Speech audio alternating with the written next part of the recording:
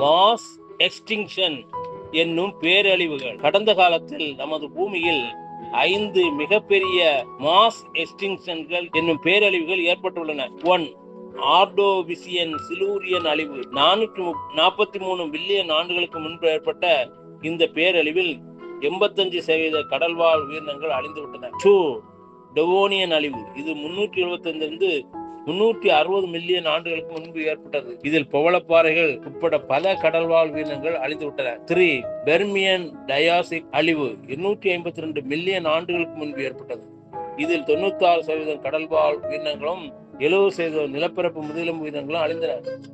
4. Triassic Jurassic அழிவு. 201 million ஆண்டுகளுக்கு முன்பு நடந்தது. இந்த காலத்தில் டைனோசார்கள் எழுச்சி பெற்றன. 5. கிரெட்டோசியல் பேலியோஜின் அழிவு. 66 மில்லியன் ஆண்டுகளுக்கு முன்பு ஏற்பட்ட இந்த பேரழிவில் டைனோசார்கள் மற்றும் பல உயிரினங்கள் அழிந்தன.